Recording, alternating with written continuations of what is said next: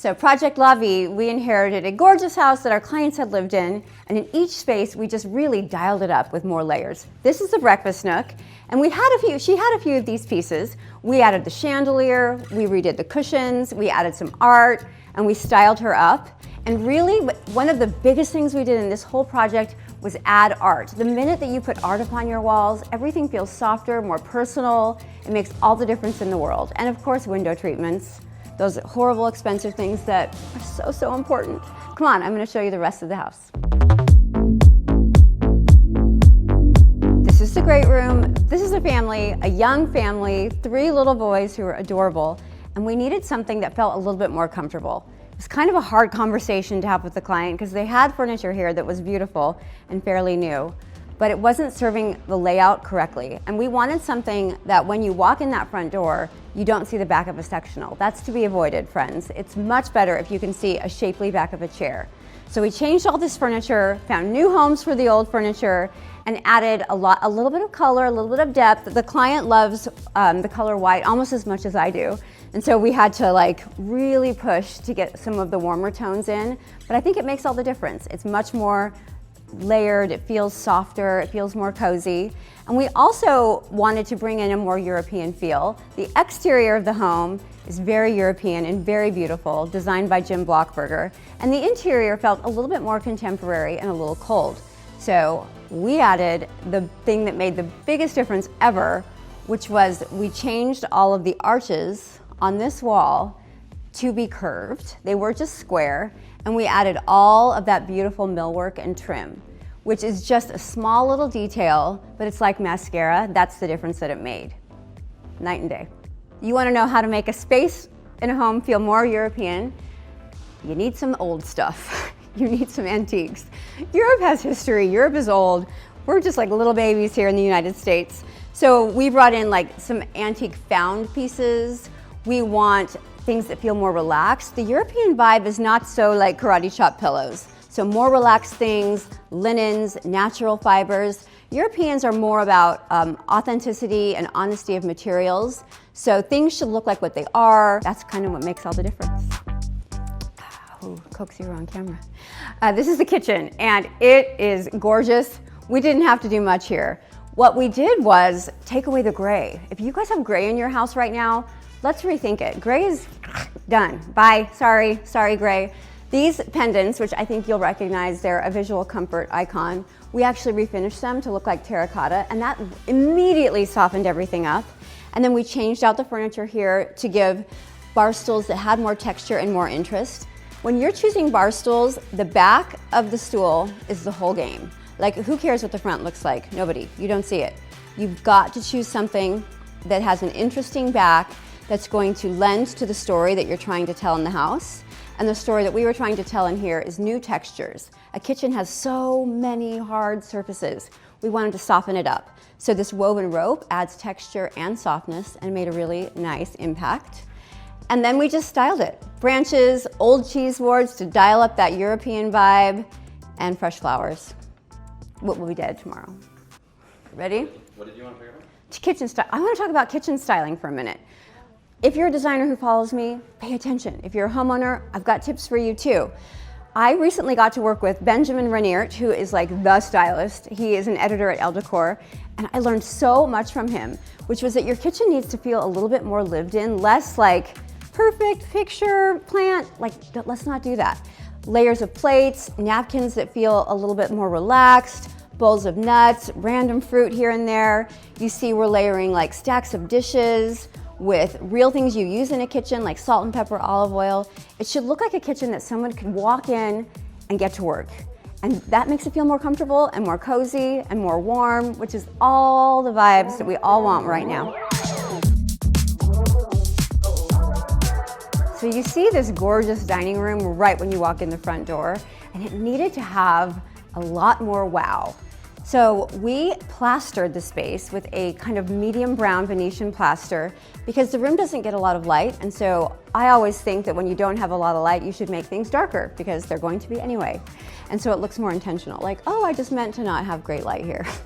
And we inherited beautiful beams and then changed up the furniture, we painted the cabinets, we added art, we styled it, but now it feels more like this European envelope. The plaster lends to that old house story that we wanted to tell. The beams soften it all up, and the furniture feels more collected.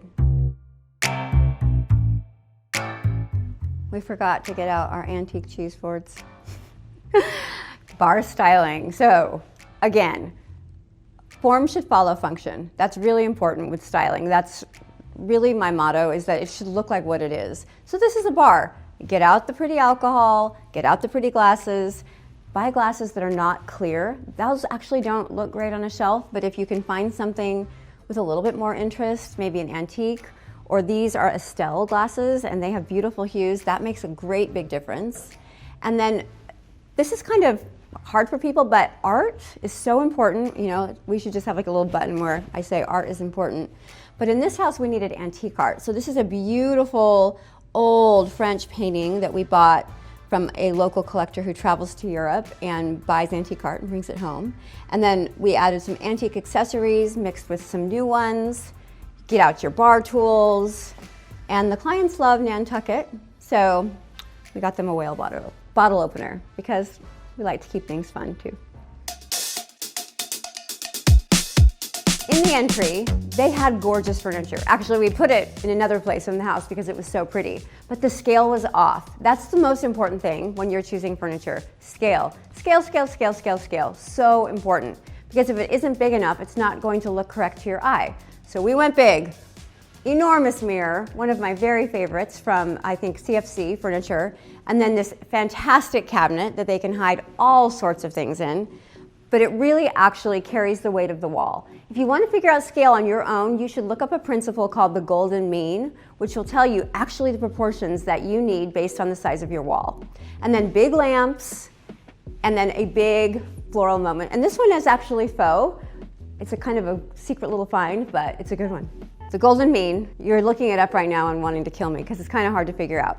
But basically, if you have a space, you want to fill probably 3/4 of it, somewhere between 2/3 and 3/4 of it. If you look at this, you see we have some negative space around it, and negative space is important too, because if we had gone wall to wall with this cabinet, that would have also looked wrong. You know that Michelangelo painting on the Sistine Chapel where the fingers are almost touching? That little empty inch is like the most important moment in all of art history. And in a house where there's nothing, that matters a lot too. How beautiful is this primary suite? Probably my favorite bed, probably ever. I love it so much. The client directive here was layers of cream. Cream on cream on white on cream on ivory on beige on cream. I think we delivered. It's pretty fabulous, but she wanted a very serene space, not a lot of color. She has a very busy life, and these tones definitely help things feel calmer. We also added Venetian plaster to the walls, which when you have a space that doesn't have color, doesn't have texture, doesn't have a lot of going on, Venetian plaster is an investment, but it makes everything feel warmer, more storied, more collected, and so that made a big impact. And we inherited these great draperies and then added one of our favorite chandeliers from Visual Comfort that feels like beautiful drops just sprinkling over you while you rest. And then the ottoman here is bespoke. We designed it and it came in at the very end and we were all like squealing. We love it so much. So cute.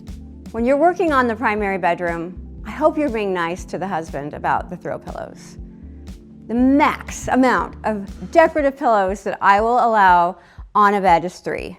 And really, I prefer 1. But 3 is it.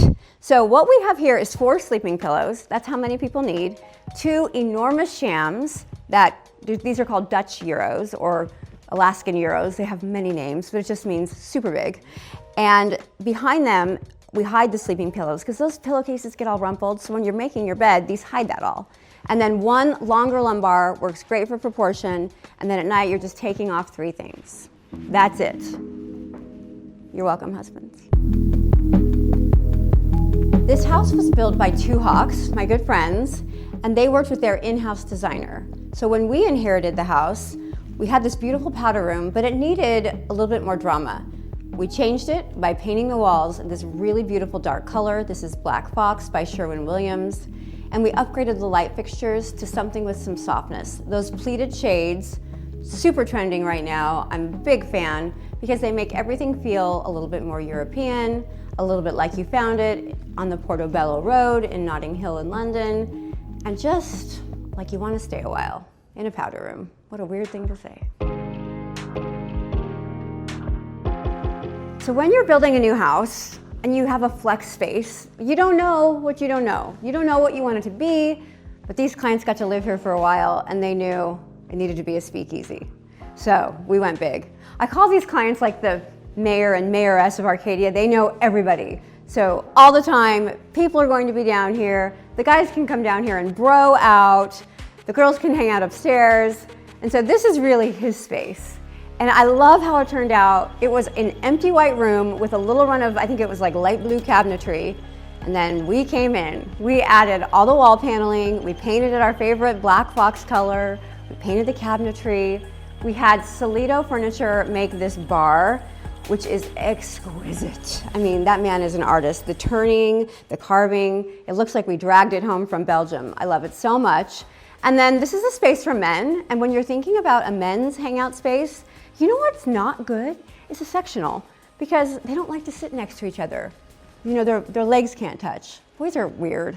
So chairs are better. Chairs, little couches are better for men.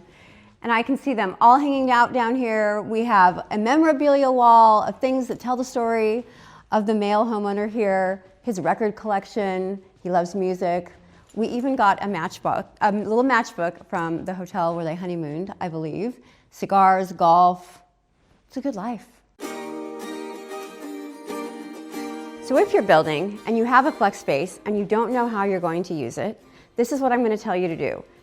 Put in some electric and put in some plumbing if you ever think you might want those things. And then sit on it, move in, live. Your life will tell you what you're missing. The clients thought that this would be a playroom, that their kids would want to be down here, that they could be toys for days, but the kids want to be by mama and they don't want to be down in the basement. So that didn't work out. But the movie theaters nearby, the guys like to come down here, and life just sort of told the story of what would happen. At my house, I had a flex space that I thought was going to be my office. It's now my husband's TV room. I can't hear what he's watching. I really love that. The gallery wall, the Jaimee Rose Interiors gallery wall, we are known for them. They are so hard, but I'm going to tell you a few of our tricks today. Number one is we did frame the frame TV, and when you are trying to do that and make your frame TV look like art, it's better if you choose dark art, because when you have light coming through the frame TV, it's always purple and you can tell it's a TV. So that's tip number one. Tip number two is with the gallery wall, you got to work really hard to find things that tell the client's story that are collected.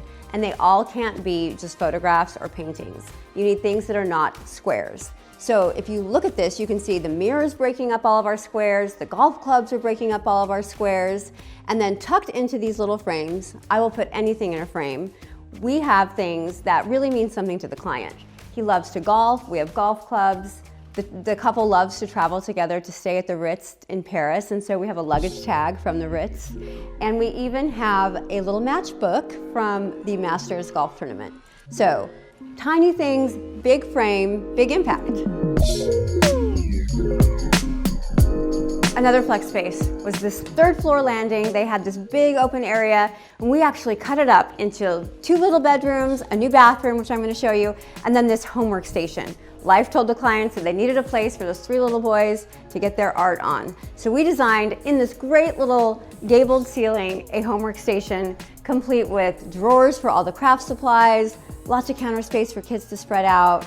Plus it's really cute. I love the European vibes. We wanted this to feel European like the rest of the house. So we brought in this Calicata viola marble, which these heavy opinionated marbles, they do feel a little bit more European because they're all over the Vatican. And you don't typically see them in America. But we did that here, and I really love the way that we specified the cut of the stone, and we did this little gallery rail, which is a very European Parisian detail. And I love the white oak cabinetry with this just slim beaded slab door. That's my favorite cabinet door right now. It's just clean, but it has a little interest. And then my favorite detail is these little finger pulls on the drawers. You can tuck in labels for the supplies.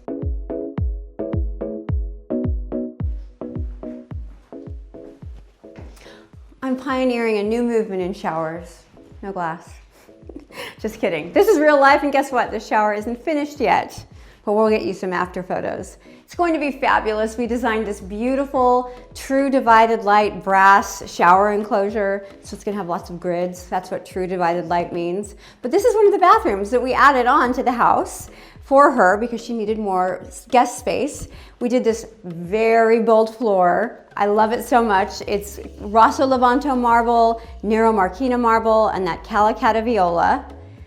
And then we wanted the dresser, the vanity, to have some sort of antique callback. And so we did that with the bail pulls, which are the cabinet hardware that we chose. They feel like an old dresser that you'd find at the Paris flea market. And that really adds to the story.